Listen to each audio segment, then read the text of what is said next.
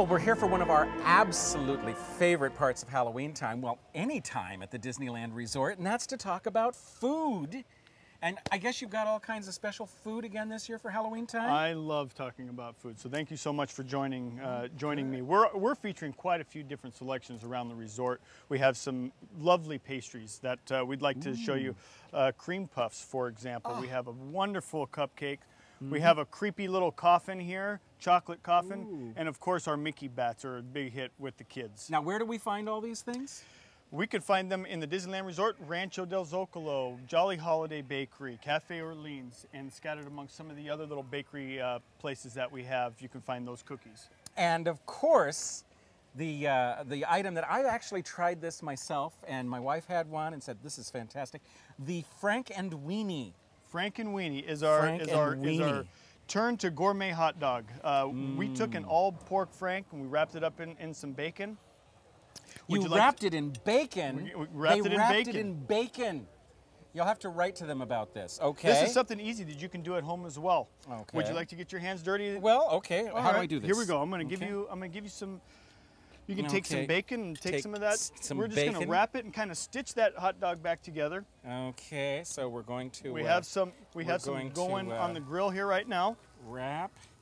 And what we did is we sautéed a little bit of onions, a little bit of jalapenos. Wonderful, huh? Go ahead and just throw that right down there. Right down there. Okay, so there we go. And now I have bacon of fingers. course, the magic of Disney. We have the dog already prepared. There you go. Oh, there you go. Wow, look how fast I am. Look at that. All made up and ready to go. We also have a drink. It's called the Frankenfusion. Frankenfusion. Frankenfusion. The kids love it. It's a big hit. Why don't we show you how we do that? All right. We just take a little bit of ice. This is exactly how they do it with test tubes This and is beakers it. Beakers and everything. We're in the spirit of the season. There we go. Okay.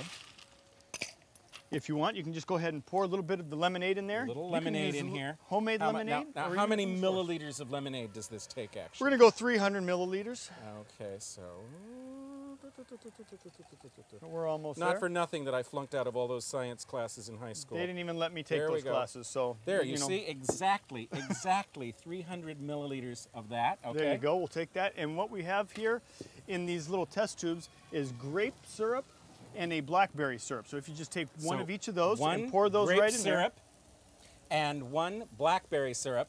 And do you have to like laugh maniacally while you do this? You know, most people do. Most people do. Every time we make it. Okay, there we go. Go ahead.